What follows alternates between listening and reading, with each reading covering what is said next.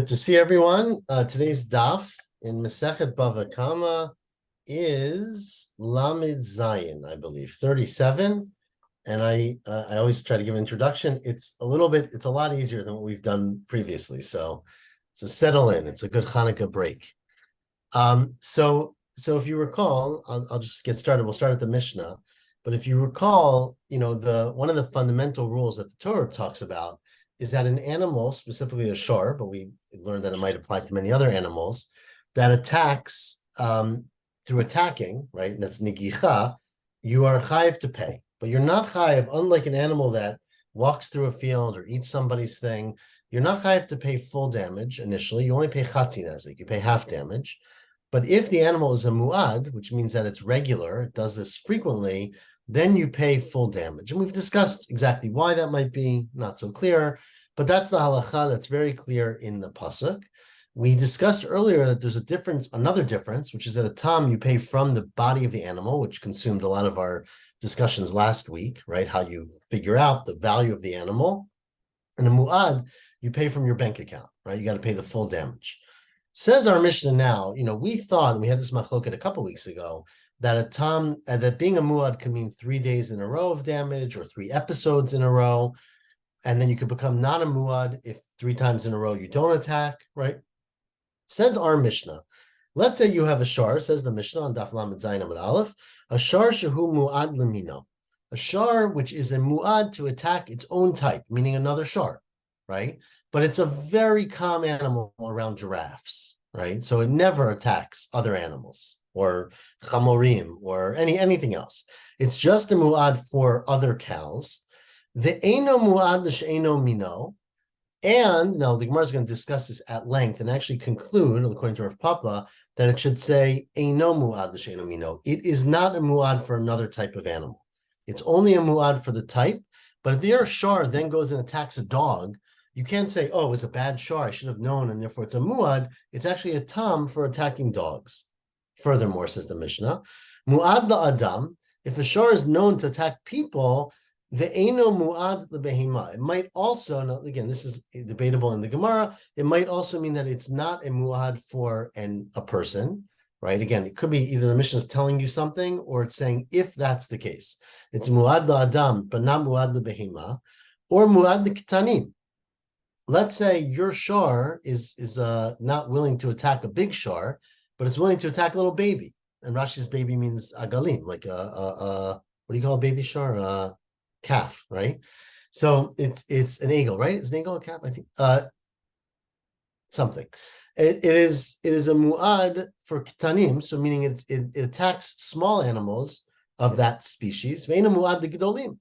Says our Mishnah at shehu mu'ad lo mishalem nezik shalem. For the animal in which it's a mu'ad, and if it attacks, you pay full damage. If it's not attacking that animal, attacks a different animal, you pay half damage. Okay, now this seems like a pretty obvious thing. The Gemara is going to ask, don't we already know this halacha? Amru lifnei Rabbi Yehuda. Now they said to Rabbi Yehuda, and this is most likely a question, the Gemara is going to ask that as well. What if you have an animal, tzareze mu'ad l'shabbatot?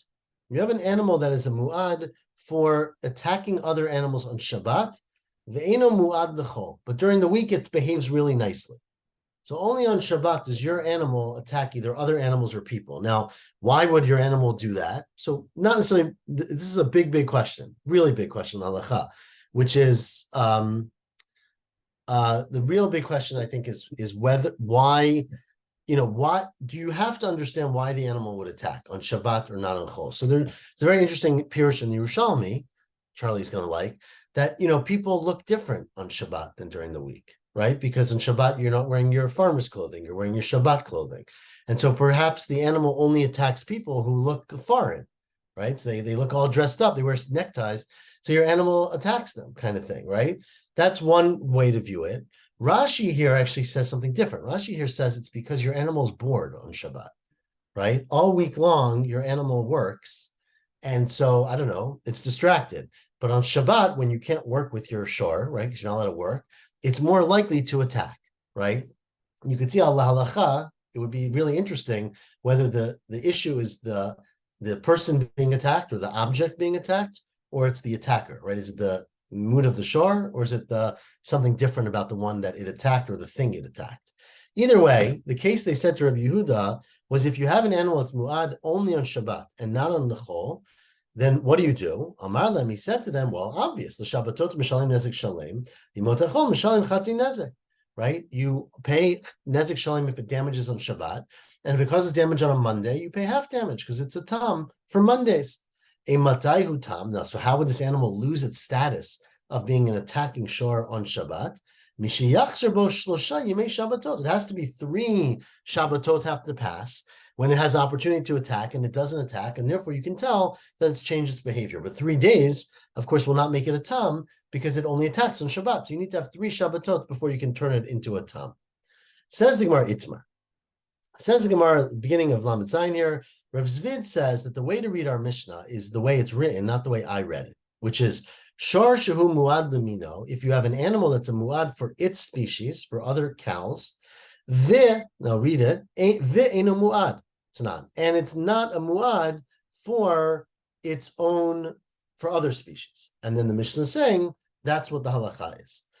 Rav Papa says that's not what the Mishnah is telling you. It's telling you a shor that's muad lemino, Kamma, is not eno muad eno mino. So the Mishnah is telling you a fact. It's not. So according to Rav Zvid, the Mishnah is saying if we know that it attacks cows but doesn't attack other animals, this is the halacha. According to Rav Papa, it's saying if a shor is known to attack cows, you assume it won't attack other animals. Right? You're allowed to make that assumption. So the stamma, according to Rav Papa, is that an animal that attacks one species will not attack another species. According to Rav Zvid, the stamma is the opposite. An animal that attacks will keep attacking unless you know otherwise. So that's a big machloket. Rav Zvid amar ve'eno muad znan, right? And therefore, hastama havi muad. That unless you know that your cow won't attack a donkey, you have to assume it will. And Rav Papa says, eno muad znan, the Mishnah is teaching you that a cow that attacks other cows is not considered to attack other animals. The stama lo havi muad. It's not a muad. And each one derives their limit from the Mishnah. Rav Zvid daik misefa. Rav Zvid looks at the second part of the Mishnah. We'll see what that is in a second. Rav Papa daik miresha. Rav Papa looks at the first part of the Mishnah. Rav Zvid daik misefa. Rav Zvid looks at the end of the Mishnah. The Ketani, it says muad lektanim ve'ena muad legdolim. This animal is a muad to kill, to hurt small animals, meaning small cows, right, calves, but is not a muad for large animals. Now, iyam bishma, that the way to read it is ve'eno muad, right, to say that, oh, it means your cow is known to attack small animals, but not large animals. Hastame havi muad, right? But what it's telling you, according to Rav Zvid, is that mistam, an animal that attacks a small animal, is assumed to attack a large animal unless you know otherwise. So hakamashmur. So then that is an innovation telling you, which is a chiddush, right? That even though all we've known is that it attacks small animals, which are defenseless, right, are very hard to care for themselves, but it doesn't matter so much. It's still considered a muad, right? But that would be a chiddush. Eliyamrid eno muad katani. But if, according to Rav Papa, what the Mishnah is saying, a fact, this cow is known to attack small animals, and therefore you don't assume it's going to attack other animals, right? Lo havi muad, the stamma lo havi muad. Then why is that a big chiddush? You already said in the first part of the Mishnah that if you attack one shor, right, you're not assumed to attack a different species. If you attack small cows, you don't assume that this cow is going to attack small donkeys, right? So yeshlomar miktanim lektanim da'alma, right? Stama lahavi muad. If this cow attacks small cows, it's not assumed to attack other species. So miktanim lekdolim tzricha lemeimar. It's lahavi muad. It's a bigger chiddush, right? Because a cow, this is the assumption we're making, is more likely to attack one type of animal than to attack different ages within that group. So that's the question. Rav Papa would answer to you, no, it's true. In fact, it's not true. I would have thought, that you might have thought, look, once like they say with an animal, once it gets a taste for something, right? Once it paratz means it from this week's parsha, right? Parrots. Once something bursts open and breaks down the regular boundaries, and the animal gets used to attacking something, maybe it will attack any kind of cow or any kind of donkey. But so that it would be more likely for an animal to attack different size animals within one family, within one species, than to go between different species. But if it gets the taste of dog, for example, it doesn't mean it's going to go and attack cats, right? You might have thought that it's within one species. That in fact, if you can identify, this is where Rav Papa holds, and this is how we seem to paskin. If you can identify a pattern in what the animal is doing, then its actions only apply to that pattern. Meaning, if an animal attacks 3 days in a row another cow, but the cow is always a female who's in her first year, let's say, then all you would say, presumably, is that it's a mu'ad for that exact thing, right? So you have to identify the pattern. Sometimes it's very hard to identify a pattern, and there's nothing common in the 3 animals that the shar attacked. And then you would say it attacks any cows or something like that. But you have to look for the pattern according to Rav Papa. Continues the Gemara. Rav Papa, first word on the line, around 2/3 of the way down. Sorry about all this noise. Rav Papa is daik miresha. Rav Papa is medayik from the beginning of the Braita, the Mishnah. Sorry, the Mishnah says the following: Mu'ad la'adam, someone who's a mu'ad for a person, Eino mu'ad lebehema. Now, of course, remember, our Mishnah had a vav, right? But Rav Papa keeps taking out the vav from the Mishnah. So it's saying, according to Rav Papa, if an animal is a mu'ad to attack a person, it is not going to attack another animal. Now, of course, we all know that's a big chiddush, right? Because we don't all know this, but the Gemara assumes that an animal is more likely to attack another animal than to attack a person, right? We said earlier, we discussed this on the first page of the Masechet, that presumably it's because people are more alert maybe, and they plan it. The Gemara's Rashi said it because people have mazel, and so therefore they're less likely to be attacked, whatever that means. But the Mishnah says, according to Rav Papa, mu'ad la'adam, an animal that attacks people, eino mu'ad lebehima, is not considered to be a mu'ad for attacking animals. So again, says Rav Papa, what it's saying is without a vav, and it's telling me a statement that just because an animal attacks people doesn't mean it's going to attack animals. It's telling you stama lo havi mu'ad, right? That if it just attacks people, it's not a mu'ad for animals. Hakamash malan. That's a big chiddush. That even though it attacks people, which is less likely for it to attack, it doesn't make it a mu'ad because the pattern is only that the animal is attacking people.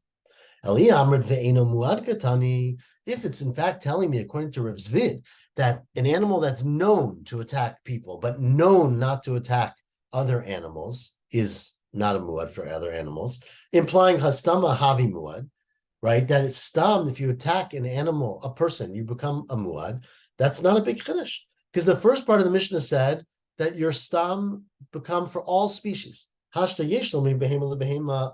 You already said from one animal to another animal, stama havi mu'ad, right? That your stama mu'ad. Me adam lebehema tzricha lememer dahavi mu'ad. Would you really have to tell me that you'd have to do it, right? So therefore, it's no big chiddush. Rav Zvid amar lecha, and Rav Zvid would say to you, no. You're right, that's no chiddush. That telling me that an animal that's a mu'ad, hold on one second, sorry.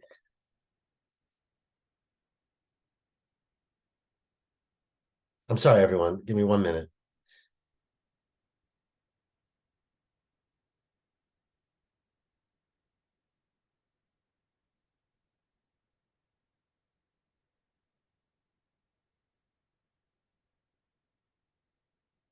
Okay.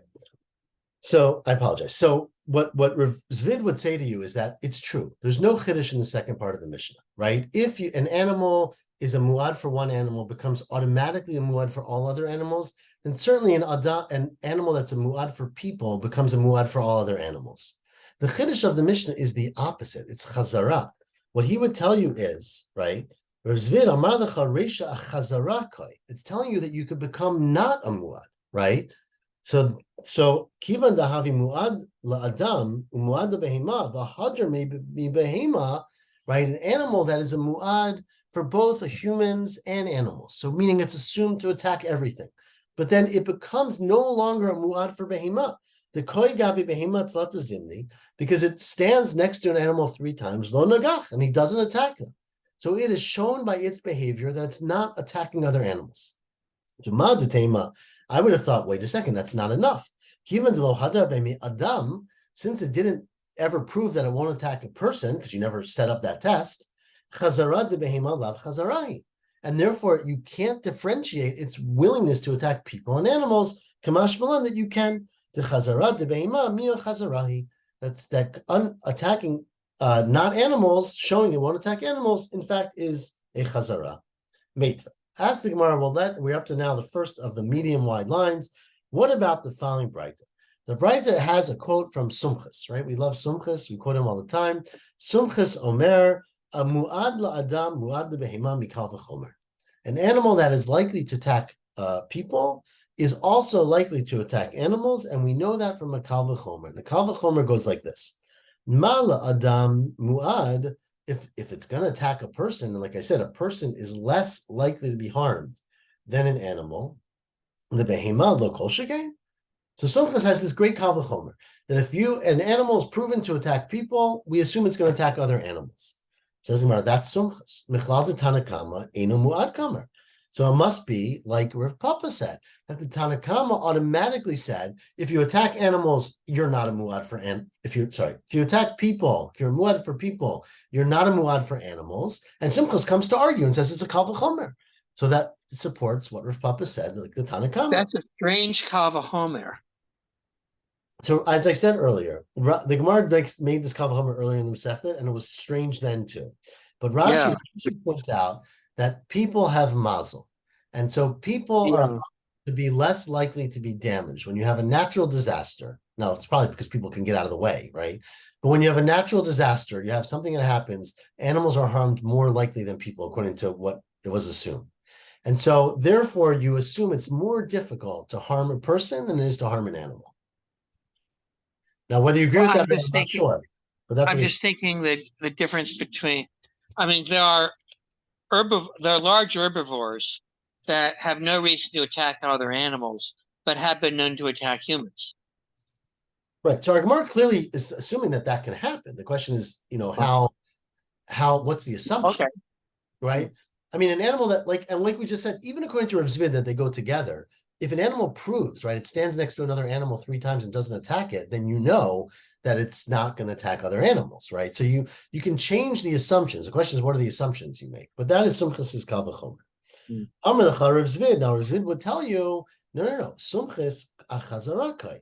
Sumchus again is not arguing with the Tana Kamma about whether a mu'ad for an animal becomes a mu'ad for a person becomes a mu'ad for an animal. Sumchus says that's true, but the Tana Kamma according to Rav Zvid also says that's true. Where Sumchus argues is whether you can ever reverse that status, right? And this is what Sumchus is saying with Tana Kamma. The Tana Kamma de ka'amrit chazara de behema chazarahi. According to Tana Kamma, that an animal that's a mu'ad for people and animals can change its status about people. I'm sorry, about animals only, not about people. He disagrees. Chazara de behema lav chazarahi. You can never change your status just for animals, and that's the kal v'chomer. Uma, and now we read it. Me adam, uma adam lo kamahader be, me behema lo kol shekain. If it didn't change its status for people, it certainly won't change its status for animals, even though we observe that. So Sumchus is saying, because of the kal v'chomer, don't believe your eyes. Don't believe what you're seeing. Amar Rav Ashi. Now says Rav Ashi, Tashma, I got another source that would seem to support one opinion over the other. Amru lifnei Rabbi Yehuda, right? This is the end of our Mishnah. They said in front of Rabbi Yehuda, Hareze mu'ad l'shabbatot, ne'ena mu'ad limotachol. You have an animal, seems like a statement, right? Or a question. You have an animal that is mu'ad for Shabbat, but is not mu'ad limotachol, right? So what's the status, right? It attacks on Shabbos. It doesn't attack during the week. So Amarlan, so he said to them, "L'Shabbatot mishalim nezek shalem, limotachol mishalim chatzi nezek." Right, on Shabbat you pay full damage, and during the week, if it damages, you pay half damage, like a tam. Says the Gemara, "Iyam Bishlama," like Rav Zvid, that the Mishnah keeps saying "ve'eino," meaning you know it's not a mu'ad for the other category. But if you don't know, you assume it. Ve'eino mu'ad katani. So then I get it. They're shiulei kamishaylalei. They're asking him a question. They're saying, "We know the animal attacks on Shabbos. We don't know what it does during the week. Do you have to assume that's a tam or a muad for the week, right?" Hunami Kamahadjalu. And so he's answering and he's saying, look, it only does it on Shabbos, it doesn't during the week, and so that's the status. But if you are saying, like Rav Papa, that it's not a muad, right? Meaning that animal that attacks at one time is not considered to attack at another time. So like Muri Yehuda Kamagamile, right? What are they doing? They're teaching Rabbi Yehuda a question, right? They're telling him something. He knows that already, right? Meaning what they're saying to him. Oh, by the way, Rabbi Yehuda, an animal attacks on Shabbos is not going to attack during the week because that's Rav Papa's halacha, right? They're teaching him the halacha. The two, and furthermore, what's his response to that? Oh yeah, on Shabbos you pay, and during the week you don't pay. We know that. We've already. It wasn't a question; it was a statement. Then the two Maikama Hajalu, right? So that's one question on Rav Papa. And Rav Yanai says, Maresha Nami Deka. You know, I even have a proof against Rav Papa from the first part of the Mishnah. The Mishnah says, that for which the animal is a mu'ad to, you pay full damage. And for that which it's not a mu'ad, you pay half damage. So, if it's like Rav Zvid, that we're making a statement, right, that it's a mu'ad for people, or a mu'ad for one animal, and it's known not to be mu'ad for another animal, then Prushika Mafarshah. Then he's explaining that's how the Mishnah reads. That an animal that's known to be for one and not for the other, you rely on what you know. Right? If you saying that it's not a mu'ad, meaning it's like Rav Papa, that when you were saying that an animal that attacks one type is not, it's a comment, right? Piska, my two, right? But then what are you adding by saying, once you've established basically that it's mu'ad for one and not a mu'ad for the other? And why, when you say et shemu'ad lo mishalim nezek shalim, et shemu'ad lo mishalim chatzi nezek, right? You've already established. You said a piska. You said that which it's a mu'ad for it is, and the other it's not. So now you're adding and saying you pay half for full damage. Everyone knows that, right? Ad hashalah sheminan the hata mishayim chatznezik the tam sorry mishayim chatznezik umun mishayim nezek shalem, right? You didn't know until now that a tam pays chatzi nezek and one pays nezek shalem. So according to Rav Papa, the Mishnah really doesn't read very clearly, because you've said in the beginning of the Mishnah an animal that's a mu'ad for one species is not a mu'ad for another species. That's a statement. So then why do you have to come at the end of the Mishnah and say, oh, and you pay half nezek for one and full for the other? You told me it's not a mu'ad. According to Rav Zvid, what you're telling me, that's the chiddush of the Mishnah, is that you know about one, you don't know about, or you know about one and it's a tam, and one it's a mu'ad, and therefore you pay that damage. So the Mishnah reads better according to Rav Zvid than Rav Papa. But interestingly, and it continues the Gemara, we are 3 lines from the bottom, first word on the widest lines. The im tim salomar, says the Gemara, and if you want to say nami ita l'Rav Papa, that in fact we do pass like Rav Papa. Of course, you'll remember one of the important rules in Psak is that when the Gemara says im tim salomar, it usually means, according to most poskim, that that's how the Gemara concludes, right? That it continues to argue along the opinion that is the dominant and halachic opinion. And therefore, it turns out that we probably paskin like Rav Papa, even though we have all these questions against him. But says the Gemara now, and if you do want to say like Rav Papa, what about Nagach Shar Chamar V'Gamal, right? An animal that attacks 3 different species, right? Animal 1, animal 2, and animal 3, right? So it attacks a cow, then it attacks a chamar, a donkey, then it attacks a camel. Says the Gemara, according to Rav Papa, it still becomes a mu'ad for all animals, right? Because since you can't identify a pattern, it's not only attacking one species or one type of animal, naseh mu'ad lakol. So then it becomes a mu'ad for all things. And so the Gemara is saying that, and this seems to be the way we conclude, that you look for patterns, but if you can't find a pattern, and it seems just to be an indiscriminately attacking animal, then it would be a mu'ad for all attacks, basically. So that is Rav Papa's conclusion. Tanu Rabbanan. So says the Gemara, 3 lines from the bottom at the dot. Look at the following case. Ra'ah shar nagach. You have an animal, it sees another shar, and it runs up and attacks it. Okay, that's 1 strike. But then Ra'ah shar lo nagach. Then it sees the next shar, and it doesn't attack it. And then, I don't know if you have it, it's a funny Gemara, because the words are the same, right? Then shar nagach, so it sees a shar and it attacks. at the second line from the bottom. Then shar lo nagach. Then it sees a second shar and doesn't attack. And then shar nagach, then a third shar and it does attack. And then shar lo nagach and doesn't attack. So naaseh muad, the sirugin, the shvarim. Clearly, this animal attacks every other shar that it sees, right? That's the pattern. We don't know why that's the pattern. Maybe it gets tired after one, maybe not. But this animal clearly attacks every other shar. And so then if it attacks out of order, it's a tam. If it attacks in order, it's a muad. So you always look at the pattern. Then Rabbanan, we have another braita, which is something similar. What if your animal is ra'ah shar, it sees a cow, nagach, and it gores. Then it sees a chamar, and it doesn't gore, lo nagach. Okay? So it doesn't attack the donkey. Then it sees a sus, a horse, and it scores it, nagach. And then it sees a camel, gamal lo nagach, and it doesn't attack it. Then it sees a parrot. I don't really know what a parrot is. I thought it was always a donkey, but I guess it's different. Anyways, you see a parrot, and it attacks it, nagach. And then you see an arod, and it's lo nagach, right? So there, because they're all different species, you can't say this cow attacks only certain animals. What you say is, naseh mu'ad sirugin lakol. You say that it attacks all animals, but it attacks every other one. And so it's not because it was a camel or a donkey or a cow. It just attacked every other animal. Again, because there's no pattern, right? So iboila. But the question Koren translates parrot as a mule. Okay, mule. I don't know how exactly that is, but great. I don't know how it does that, but that's what it says. Iboila. Now ask the Gemara at the bottom. Nagach, turn the page. Nagach shor, vishar, chamar, vigamal. Okay? The animal attacks 5 animals. It attacks 3 cows, then a chamar, and then a gamal. Mahu, right? What's the question? Now remember, we had 2 different opinions, right?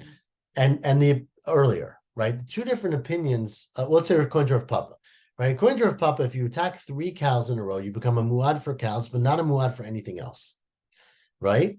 But if you attack a cow, a donkey, and a camel, then since those are not part of any set, you become a muad for all animals. So this cow attacked 3 shars, then a donkey, and then a camel. So if you look at the first 3, it's only a muad for cows, not for all animals. If you look at the last 3, it attacked 3 random animals, right? And then it's a muad for all animals. So and then it's a muad for everything. So which way do you look at it? Mahu. Ask him on the top line. Hi shar batar shvarim shadina lei. Do you give the third shar to the first 2 sharim, and then it becomes a muad only for a shar, but not for other animals, according to Rav Papa? So it's a muad for a shar, but not for any other animal, because even though it's a muad for a shar, it then attacked 1 donkey and 1 camel, but not 3, right? Odilma, do you say, no. You got to look at it together as a set. Hi shar batra, the last shar, batar chamar v'gamal shadina lei, and it attacked all 3 different animals. V'yayid le the kulumini. It's a muad for all types of animals. So that's one question. The next question is, what if it does the opposite order? What if it attacks chamar, gamal, shar, vishar? You attack a donkey, a camel, a cow. Again, where do you place that middle cow? If you place it with the first 3, then yeah, it's a muad for all animals. But if you place it the last 3, then it's only a muad for sharim. Now, you should probably do something about your anger management with this cow, but the Gemara's question obviously is for a academic purpose, right? So mahu, hi shar kamma batar chamar v'gamal shadina. Do you put the first shar with the camel and the donkey and say it just attacks random animals? The kulimini, it attacks all animals.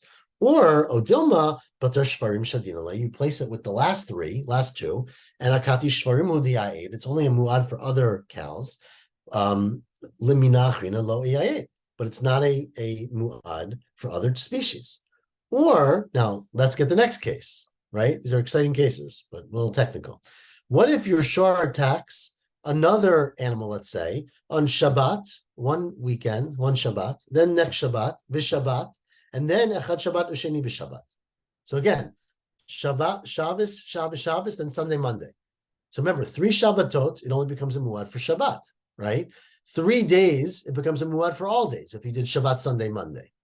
So again, it's the same question, but it's another way of viewing the same question. Mao, ha Shabbat batraita Batar Shabbatu de Shadinale, do you place the last Shabbat with the first two Shabbatot, and Akati the Shabbatu de Ayed? So this animal now is a muad for Shabbat, but the Motachol lo Ayed, but it's not a frequent attacker during the week. You place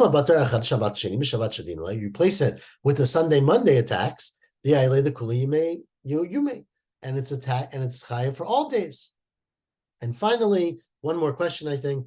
Chamishi b'Shabbat. Let's say it attacks on a Thursday, and then a Friday, and then a Shabbat. So that's 3 days in a row. So it should be a muad for every day. But then it doesn't attack again till the next week, and then the following week, right? Shabbat v'Shabbat, right? Then it does Shabbat and Shabbat. So again, the same question. Shabbat kamaita bater hey b'Shabbat v'erev Shabbat shadinalei. Do you place the first Shabbat with the Thursday and the Friday? V'yayid lekule yume, and it's a muad for all days of the week. O dilma haShabbat kamaita bater Shabbatot to the shadinalei. You assign, you make a set, a group of the first Shabbat with the second and third Shabbat. L'Shabbatot to the yayid. And for all these questions, we say teku, right? So we did not resolve these questions. And you could see why it's very complicated to assign a set and a pattern for an animal to make it a mu'ad. But the principle of our Mishnah, even if we didn't resolve all these questions, is that you have to look for patterns, right? And if you can identify a pattern, again, the question, of course, is it a pattern that's internal to the shar or a pattern that's external? Meaning and we're going to see a question actually in a second. If every time my animal sees a red string, it attacks, right? And does that 3 times, then it could be a muad for red strings, right? Potentially. And then if it sees a red string 3 times and doesn't attack, it becomes a tam again, right? But the question always is, how do you define the pattern, right? What if it sees a red shirt and then a red apron and then a red hat, right? Do you say it's a muad for red things? Or do you say, no, only, you got to identify which of those things it specifically will attack? And so these questions are sort of left open in our Gemara. I would hope that they don't come up too relevantly nowadays. Continues the Gemara, though. What about, we have one where we actually want to learn from a whole different context how to look at the pattern. And that is, I'm going to review this halakha for those of us who, it's been a few years since we learned it or never learned it. There's a halakha that a woman who becomes a nida is tameh, right? That's halakha. Torah says it. So a woman who's a nida cannot touch kachim. She can't touch truma, let's say, right? Say kachim, we'll stick with. So a woman sees blood, right? She bleeds. And the question that the Mishnah in Nida addresses in the first Mishnah in Nida is, how in the world does she know when she became a Nida, right? She saw the blood this morning. How does she know when she bled? So in theory, she is tameh for some period of time before she identified that she's a Nida. So there's a big machloket in the Mishnah. We sort of seem to say that it's me'eit late, 24 hours, right? So from 24 hours before she knew she was a nida, she has to be worried, unless she had checked and proved that she wasn't, right? Which is a different discussion. But unless she checked and proved that there was no blood, she has to assume that 24 hours before, she already started bleeding. So everything she touched for the last 24 hours is tameh, or suffix tameh, right? However, the exception we said was a woman who has a veset. And a veset means a period, basically, right? She bleeds at a very defined time, every 28 days, every 21 days, every third Wednesday, whatever her period is, then she can assume that if her period is, say, on every fourth Shabbat, that she did, and she saw blood Shabbat morning, that it didn't happen on Friday. And so everything she touched on Friday is tahor, right? How do you establish that a woman has a defined period? So the Gemara says, the Mishnah says in Nida, it happens 3 times in a row, right? 3 months in a row. She has a 28-day cycle, let's say. So day 28, 28, 28. Then that's considered to be a veset, and she's not tameh before that time, right? She doesn't have to worry about that. So you can see how it's very similar to a shar muad, right? Because how do you define a pattern, right? Let's say it's 1 day later each time, or let's say it's every Tuesday night. You have to define patterns for a veset the same way you define pattern for a shar mu'ad. So says the Gemara, look at this following braita, right? Well, before we get to the braita, the case of nagach shar yom tetvav b'chodesh zeh. Let's say the shar attacks on the 15th day of December, okay? And then yom tet zayin b'chodesh zeh, and then the 16th day of January, and then yom yud zayin b'chodesh zeh, and then the 17th day of February. So that seems to be a what's it called? A muad for one more day after each one, right? So the 18th day of March would then be a muad, but no other days. Says the Gemara, in fact, that's a little bit debatable. That's a plukta of Rav and Shmuel. That is the same machlukah that Rav and Shmuel had by Anida, the Itmar. Now, this is the case by Anida. Ra'ata yom tetva b'chodesh zeh. A woman now sees blood as her menstruation, the 15th day of month 1. And yom tetzayim b'chodesh zeh, yom yedzayim b'chodesh zeh. Rav says kava veset. She's established a pattern, and she now is not have to worry about what happened the day before. Because since she saw blood on the 17th day, that's her pattern. She doesn't have to worry about the 16th day at all, right? Because she has a veset. But Shmuel says, no, you have to have a 4th episode, because you have to have 3 times where you moved it forward a day. The first one doesn't count, basically, because you just started on a random day. The second one was 1 day later. The third one was 1 day later. You have to have a 4th one, which would then be a 3rd time of 1 day later. Until she had a 3rd time where she skipped a day. And the same thing would be true about the animal that attacks. The 3rd time you would not be chayav as a muad according to Shmuel. It would only be the 4th time. So that is a very interesting, the Gemara loves these things, of course, right? Halacha, where you can learn from one scenario to another. Finally, before we get to the Mishnah, Amar Rava, Shama kol shofar v'nagach. The animal hears a horn, right? It stands. This would be very dangerous on Rosh Hashanah. It hears the sound of the shofar and attacks. And then kol shofar v'nagach. And it hears the sound again and it attacks. And kol shofar v'nagach 3 times in a row. Says the Gemara, nasem mu'ad shofarot. Okay, so then every time the shar hears a shofar, it's going to attack. And if it does, you're chayiv nezek shalem. Says Gemara Pshita. That seems pretty obvious to all of us who've learned this Gemara. Now, ma'ad I would have thought that the first one doesn't count. Hach shofar Kamma siyuta ba'amu. It's like you kicked it in the shins, right? Because it was a startling thing. And therefore, dinakte kamash malan, know that even the first one counts, and it's considered to be part of a pattern. Continues the Mishnah. Let's finish the last of the daf. Shar shel Yisrael. Most change this to a shar shel hedyot, right? A shar that belongs to a non-hektish, basically, so to a civilian. Shenagach shar shel hektish, that attack the shar that belongs to hektish. Or shel hektish nagach l'shar shel hedyot patur. You don't have to pay damages because the pasuk says re'ehu shenemer shar re'ehu, a shar of your peer, your friend. Hektish is not your peer, and so you don't have to pay for attacking hektish, and hektish does not have to pay for attacking you. V'lo shar shel hektish. Next case, shar shel Yisrael shenagach shar shel Kanaani, a shar of a Yisrael that ignores a shar that's owned by a non-Jew. Patur, you don't have to pay because the pasuk says Re'eyu. It talks about, and we'll discuss this tomorrow, not today, but it talks about it has to be a peer essentially. And shel Knani shenagach shel Yisrael, but a shar of a non-Jew that attacks a shar of a Jew, then you make them pay. Bein tam bein muad mishalim nezek shalem. Gemara is going to ask tomorrow, and we'll discuss why that would be the case or how we find a justification for that. But today we're going to discuss hektish. Says the Gemara, well, clearly matnita deluk Reb Shimon ben Menasya. Our Mishnah is not going according to Reb Shimon ben Menasya the Tanya, because we have a Braita where Reb Shimon ben Menasya disagrees with what we just said in our Mishnah. Quotes the Braita: Shar shel hedyot, the shar that's owned by a civilian, by me. Shenagach shar shel hektish, and it goes and attacks a shar that's owned by the Beit Hamikdash. Or you have a shar shel hektish, nagach shar shel hedyot. In both cases, you're patur. Shenemar, because the pasuk says shar re'ehu below shar shel hektish. Has to be the shar of a peer and not the shar of hektish. Says Reb Shimon ben Menasya in the Braita, unlike our Mishnah, Reb Shimon ben Menasya omer, no. Shar shel hektish, shenagach shar shel hedyot. If hektish's car does damage to your car, patur. They don't have to pay, which would be very challenging, right? We'll see. But shel hedyot shenagach shar shel hektish. But you know what? If you are a civilian, a regular person, and your shar attacks a shar that belongs to hektish, not only do you have to pay, but bein tam, bein muad, whether your shar is a tam, and you would normally only pay chatzi nezek, or it's a muad, mishalim nezek shalem, you got to pay full damage. So Rabbi Shimon ben Menasya clearly disagrees with our Mishnah. It's not a big chiddush to say that. But says the Gemara, thank you for asking, what's Rabbi Shimon ben Menasya's reason, right? The pasuk says shar re'ehu, which we said in our Mishnah to exclude hektish, right? Now you can argue with that drasha, but if you argue with the drasha, then why don't you pay half damage? Why do you pay full damage, right? So it says the Gemara, Amri, Micah Savar Reb Shimon.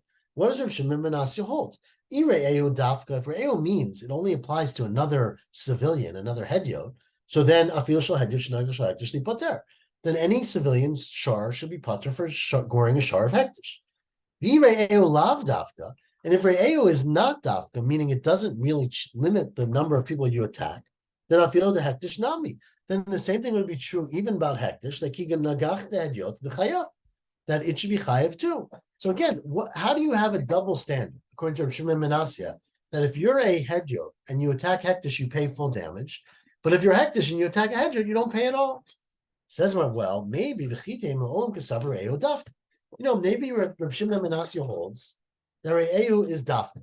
Now, when the Torah says shor re'eu, it means this ruling only applies to civilian cows. So a cow that belongs to hektish or a cow that's owned by hektish, that is not subject to the same rules as we have been learning for the last 37 dapim, right? So re'eu is dafka. Umihu, however, there is another rule. The hedyot, a shar that belongs to a regular person, he nagach de hektish. If it attacks a shar of hektish, you still have to pay. Hainu taima d'mechayev. You have to pay. Mishum dekamayte de mikal v'chomer. He derives it not from the pasuk, but from a kal v'chomer, and the kal v'chomer is the hedyot. Think about a shar of a regular civilian that attacks another regular civilian shar. Ma hedyot shenagach shel hedyot chayav. If Reuven's shar is chayav for attacking Shimon's shar, Reuven's chayav, kinagach the hektish lo kol shekein d'mechayev. Certainly, if Reuven's shar attacks the Beit HaMikdash's shar, you should be chayav. It seems like a kal v'chomer, right? You pay much more for stealing things or damaging things of hektish, so why don't you have to pay more? Says, that's a great kal v'chomer, maybe, but it would be limited to by dayo, right? All you can learn from the kal v'chomer is that if it's a tam, you pay chatzi nezek. If it's a muad, you pay nezek shalem, which is what you pay if Reuven's shar attacks Shimon. But Rav Shimon Menasya said you pay full damage no matter what. You have to limit a kal v'chomer to teach you only what you learn from the case you're bringing, right? Ma'ala just like in the proof case, tam chatzi nezek and a muad pays nezek shalem. So hachanami, a tam should pay chatzi nezek. So how in the world does Rav Shimon Menasya learn that when a shar of hektish attacks a regular shar, you don't pay at all, which seems to be from the pasuk re'eu, but a shar of a hedyot that attacks hektish pays full damage, whether it's a tam or whether it's a muad? It doesn't make any sense. Says the Gemara, El Amar Reish Lakish is a beautiful limud of Reish Lakish. I'm going to give one explanation, not both because of the time, but we're going to do one. Says Reish Lakish on the 2 lines from the bottom of Daf Lamed Zayin on the bet, Hakol hayu bichlal nezek shalim. Says Reish Lakish, you want to know something? The assumption that you should make, or that the Torah gives you to make, is that if your shar attacks another shar, you pay all the damage. None of this half damage business. You pay everything. And that includes all. The Torah then comes along and tells you an innovation and says, you know what? If your shar is a tam, you don't have to pay full damage. You pay half damage. But that innovation only applies to the shar re'eu. If it's a shar of your peer. But if it's a shar shel hektish, then you revert to the original halacha, which is that you pay full damage whether it's a tam or whether it's a muad. So the specific halacha that a tam pays half is limited only to a shar re'eu. But not that if it's not a shar re'eu, you don't pay anything. If it's not a shar re'eu, you pay full damage as we assumed in the beginning. Says the Gemara, let's read that inside. All damages initially you would think or assume that you pay full damage. When the Torah says only shar re'eu by a tam, re'eu hu the tam mishalim chatzi nezek, right? Only if it's your re'eu, meaning a peer, a hedyot to a hedyot, you pay half nezek if it's a tam. Nichlal de hektish, but by hektish, bein tam, bein muad mishalim nezek shalem. And you know how I know that, says Rav Shimon Menasya? Dim kain, because if it wasn't the case, nichtav kra l'hai re'eu gabi muad. It should have said the word re'eu when you talk about damage to a muad, but it doesn't. By a muad, it doesn't say the word re'eu. It just says you pay full damage. By a short tam, it says if you're nagach shor re'eu. So that's how we know that according to Rav Shimon Menasya, only by a tam is there a halacha. Only by a tam is there a halacha that hedyot whose animal attacks another hedyot's animal pays chatzi nezek. But if an hedyot attacks a muad, you pay nezek shalem. Not the opposite. If a hedyot attacks a hekdesh, even if it's a tam, you pay nezek shalim. Yeah. The little problem with Rashi is that it doesn't explain why a shar of hekdesh wouldn't pay anything for attacking a shar of a hedyot, right? Because maybe you would pay everything. So Tosfos sort of addresses that limitation, but maybe we'll skip it for today. But that's the pshat of Rashi, which is that initially, basically from a shar mu'ad, you assume that, and not from the limud in shar mu'ad, but you assume that any animal that attacks has to pay full damage.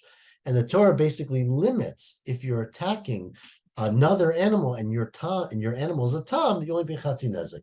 But that limitation only applies if it's a shar of a hedyot, but not if it's a shar of hekdesh. We will stop there. We're at the top of Lamed Chet Amud Aleph, and we'll continue tomorrow. Question of what time tomorrow? So 7:45 a.m. Okay, or would you rather p.m.?